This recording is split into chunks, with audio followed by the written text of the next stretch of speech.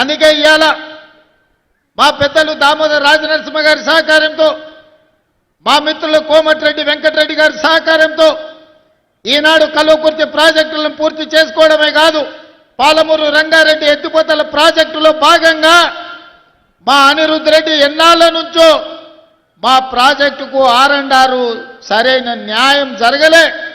న్యాయం జరగాలి అనంటే ఈనాడు ఆ ప్రాజెక్టుకు సంబంధించిన ఆర్&ఆర్ నిధులు 100% మంజూరు చేసి ఈరోజు ఆ ప్రాజెక్టును పూర్తి చేసుకోవడానికి మనం అడుగులు వేస్తున్నాం.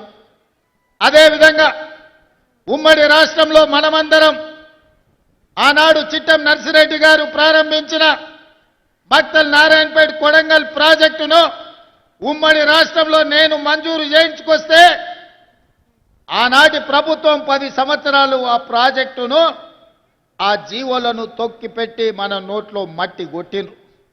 ఎన్నోసార్లు అడిగినాం. ఈ ప్రాంతంలో చాలా మంది రైతులు నారాయణపేట కొడంగల్ ఎత్తిపోతల పథకానికి 69 జీవో సాధన సమితి ఏర్పాటు చేసుకొని గ్రామాన గల్లీ తిరిగి గొంతెత్తి మాట్లాడారు. కానీ 10 సంవత్సరాలు మన బాధ విన్నోడు లేడు, మన బాధని అర్థం చేసుకున్నోడు లేడు. మళ్ళా 10 ఏళ్ళు నిర్లక్ష్యానికి లోనైన నారాయణపేట కొడంగల్ ఎత్తిపోతల పథకాన్ని ప్రజాప్రభుత్వం వచ్చిన ఎంబడే పనులు ప్రారంభించాలని టెండర్లకు అనుమతులు ఇచ్చి టెండర్లు పిలిస్తే కుట్రలు చేసి కోర్టులో కేసేసి సంవత్సరన్నర ప్రాజెక్టును ఆపినారు. ఈ ప్రాంత రైతులు మా భూమికి 14 లక్షలు ఇస్తే సరిపోదు, మాకు కొంచెం ఎక్కువ ఇవ్వండి, మీ సహకారం ఉండాలి అని మిత్రులు శ్రీహరి దగ్గరికి పోతే శ్రీహరి వచ్చి నాకు కలిసిండు. అన్న రైతులు బాధపడుతున్నారు, మా రైతులకు కష్టంగా ఉన్నది, జర తక్కువ అవుతున్నది, ఎట్లన్నా ఏమన్నా చెయ్యాలని. నేను ఒక మాట చెప్పిన మంత్రికి, శ్రీహరి పోయి రైతులతోనే మాట్లాడు, అడుగు వాళ్ళను, ఏమడుగుతారో చెప్పమని. అడిగింది ఇద్దామని చెప్పిన. అన్నా 19-20 లక్షలు ఇస్తే చాలన్నారు. 19 కాదు, ఎకరాకి 20 లక్షల ప్రకారం ఇద్దాము, ఏ రైతు కూడా నష్టం జరగనియొద్దు అంటే మా శ్రీహరి గారు పోయి రైతులతో కూర్చొని మాట్లాడి 96% రైతులను ఒప్పించి భారతదేశ చరిత్రలోనే సొంత భూమిని కన్న తల్లిలాగా భావించే మా రైతులు 96% మేము భూమి ఇస్తున్నామని సంతకాలు పెట్టి కాగితాలు ఇస్తే మొన్నటి కేబినెట్లో ఎకరాకి 20 లక్షల రూపాయల ఇవాళ నష్టపరిహారం మక్తల్ నారాయణపేట కొడంగల్ ప్రాజెక్టుకు మనం మంజూరు చేసుకున్నాం.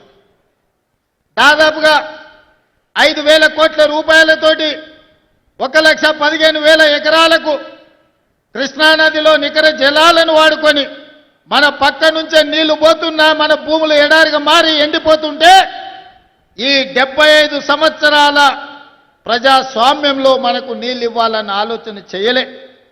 అందుకే ఈనాడు రైతులను కష్టపెట్టకుండా రైతులకు నష్ట పరిహారాన్ని వాళ్ళు అడిగినంత ఇచ్చి ఈనాడు భూసేకరణ చేసే పనులు ప్రారంభించుకుంటున్నాం.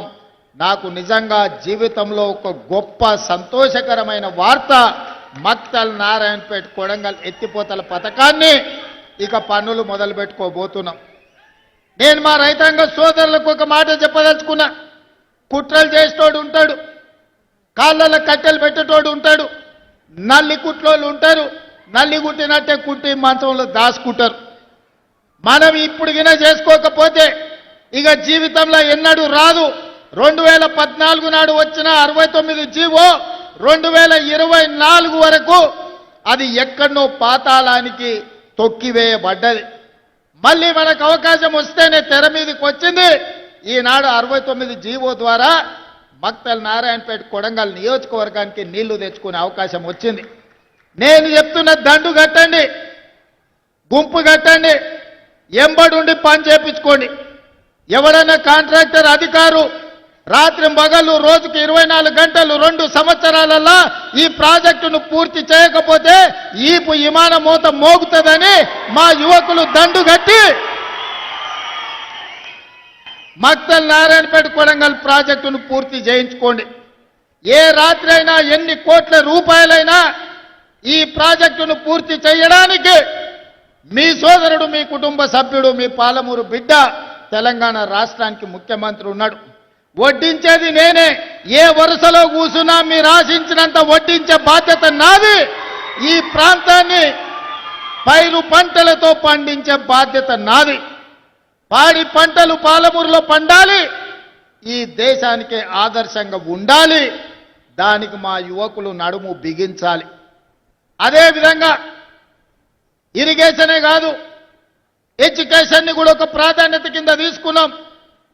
మనం వెనుకబడడానికి, మన పిల్లలు వలసలు కూలీలు కావడానికి కారణం మన పిల్లలు ఉన్నత చదువులు చదువుకోకపోవడం, మన పిల్లలు బడికి పోకపోవడం, మన పిల్లలకు నాణ్యమైన విద్య అందకపోవడం.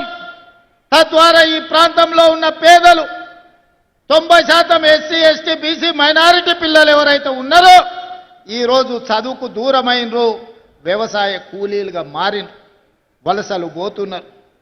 ఈ సమస్యను గుర్తించినాం కాబట్టి తండాలలో, గూడాలలో, మారుమూల పల్లెలో ప్రతి పేదవాడి బిడ్డకు విద్యను అందించాలి. విద్య ద్వారానే వాళ్ళు గుణవంతులు, శ్రీమంతులు అవుతారని గుర్తించి ఈనాడు విద్యకు అత్యంత ప్రాధాన్యత ఇచ్చినాం. అందుకే ఈనాడు ఈ జిల్లాలో ప్రతి నియోజకవర్గానికి young India integrated residential school అని ఈనాడు మక్తల్లో కూడా పనులు ప్రారంభించుకున్నాం.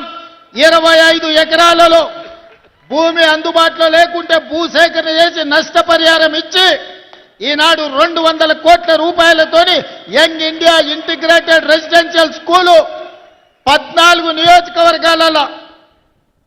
ఇద్దరు మనవాళ్ళు గెలవకపోయినా వాళ్ళు కూడా మనవాళ్లే, మన సోదరులే, మన పాలమూరు బిడ్డలే అని ఆనాడు 2 ఇతర పార్టీ వాళ్ళు గెలిచినా అందరికీ young India integrated residential schools 14 ఇవ్వాలి. 2800 కోట్ల రూపాయలు చదువులకు ఖర్చు పెట్టాలి అని ఇవాళ ప్రభుత్వం నిర్ణయం